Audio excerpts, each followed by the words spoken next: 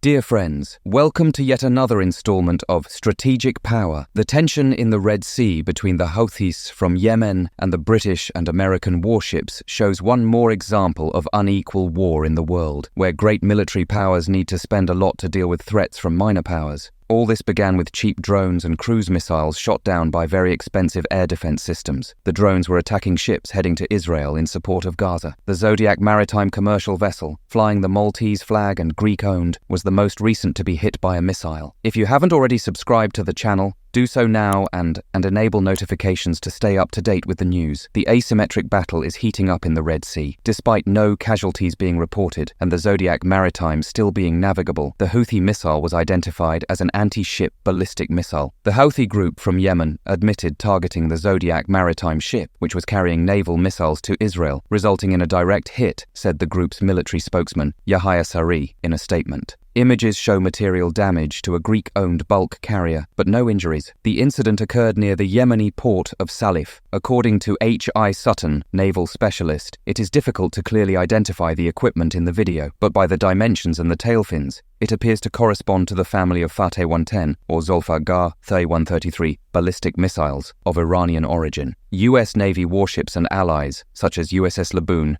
USS Gravely, USS Mason, and HMS Diamond, have shot down several Houthi cruise and drones missiles since last December. On January 16 this year, the United States announced the seizure of drone, rocket and missile components that, according to them, came from Iran and were heading to the Houthis. The HMS Diamond, for example, was praised by British Defence Secretary Ben Wallace as one of the Navy's flagship vessels. On January 9th, during the Houthis' largest attack to date in the Red Sea, supported by Iran, the HMS Diamond shot down 7 Iranian-made attack drones and was likely one of the Houthis' targets. 3 US destroyers and FA-18 warplanes operating from the USS Ronald Reagan aircraft carrier also repelled an attack, but no casualties or damage were reported. The Iran-backed Houthis launched a complex attack in the southern Red Sea using one-way attack drones, anti-ship cruise missiles, and anti-ship ballistic missiles. The weapons used to shoot down these missiles and drones reveal an interesting aspect. Each missile fired by the coalition, such as the Sea Viper or Aster, costs an average of $1 to $2 million.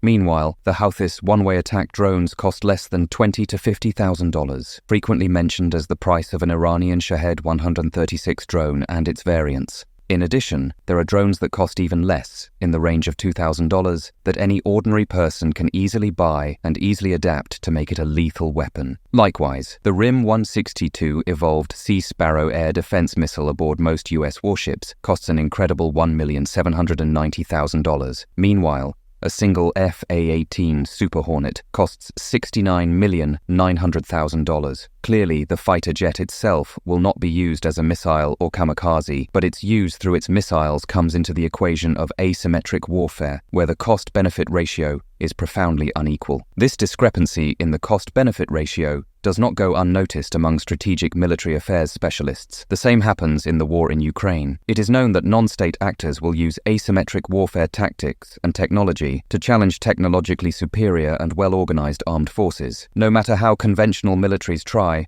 non-state actors will continue to find gaps in air defense. In addition, staff fatigue also becomes a factor in prolonged patrols. There may be 23 hours and 59 minutes of inactivity, but preparation to retaliate during that critical minute is crucial. Although the air defense system is superior, as observed before the attacks of unmanned suicide drones in Ukraine and the Black Sea, a report pointed out how Kyiv's military planners conducted attacks in unpredictable patterns of time and frequency to keep crews and artillery surveillance alerts. This leaves room for errors and missed targets, where a well-aimed hit can hit its mark. Analysts also suggest that the Houthis' advantages as local defenders, fighting on their own territory, and with knowledge of the geography, take precedence over the strengths enjoyed by the British and US navies. This means that the Houthis can choose the time and place of the attack, driving it through narrow channels like the Red Sea, where they can attack ships in coastal proximity. This would not be effective on open seas like the Sea of Arabia or the Bay of Bengal. That terrorist group is no small fry. They are prepared to shake up global shipping and the energy issue, but they act cautiously, suggesting they have broader political goals beyond just military attacks. The Houthis are careful not to hit warships on escort missions, knowing this would bring disastrous consequences, angering major powers against them. But of course, accidents and mistakes can happen.